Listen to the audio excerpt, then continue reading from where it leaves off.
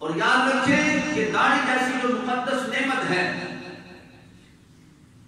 اس کو اتروانا چہرے سے کب یہ شروع ہوا اور اس پر رب کا کتنا عذاب نازل ہوا، یہ ذرا آپ توجہ کریں ذرا۔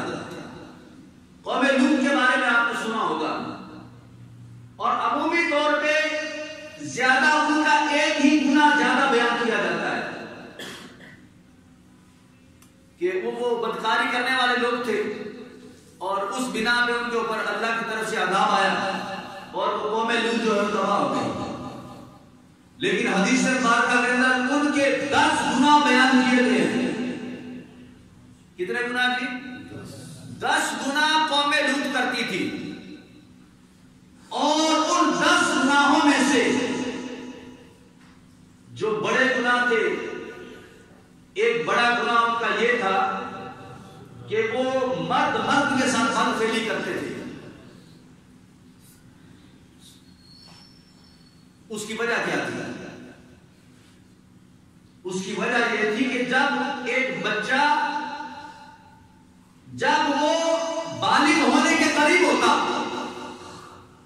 تو اس کو بولتے ہیں امرد، ابھی بالغ نہیں ہوتا لیکن بالغ ہونے کے قریب ہوتا ہے اور اس کے چہرے پہ تھوڑے تھوڑے سے بال داڑھی کے نمایاں ہونا شروع ہو جاتے ہیں۔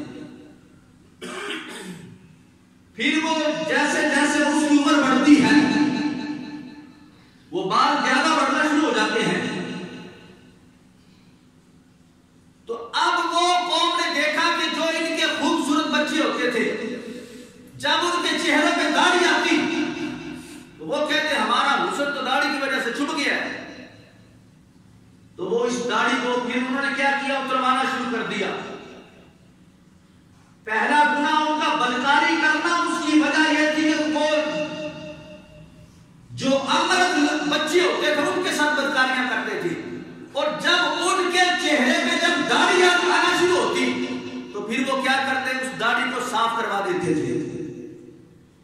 مونچھیں آتی مونچھوں کو کروا دیتے تھے۔ شراب پینے کے عادی تھے۔ یہ ان کے 4 بڑے گناہ تھے اور پہلے گناہ کا سبب ہی داڑھی تھا کہ داڑھی کٹوانے والے تھے۔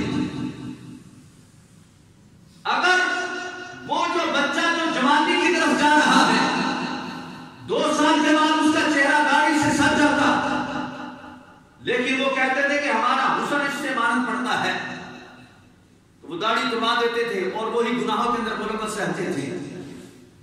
تو گویا کہ انہوں نے داڑھی کو ہٹا کے جس جرم کی ابتدا کی ہے اس کو بدفعلی کہا جاتا ہے، اس کو زنا کہا جاتا ہے۔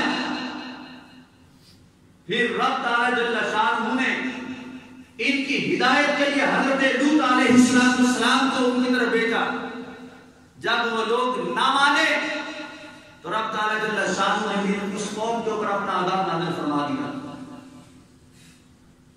المختصر دنیا کے اندر سب سے پہلے یوں کہہ لے کہ جس قوم نے داڑھی کو منڈایا وہ قوم لوط تھی اور داڑھی منڈانے کی جو وجہ بنی وہ بدفعلی تھی، یا یوں کہہ لے کہ بدفعلی کرنے میں ان کے لیے جو رکاوٹ بن رہی تھی جو چیز وہ داڑھی تھی، انہوں نے کہا اس کو صاف کرو، اس سے تو ہمارا جو حسن خراب ہو رہا ہے۔ تو رب کو یہ بات پسند نہ آئی،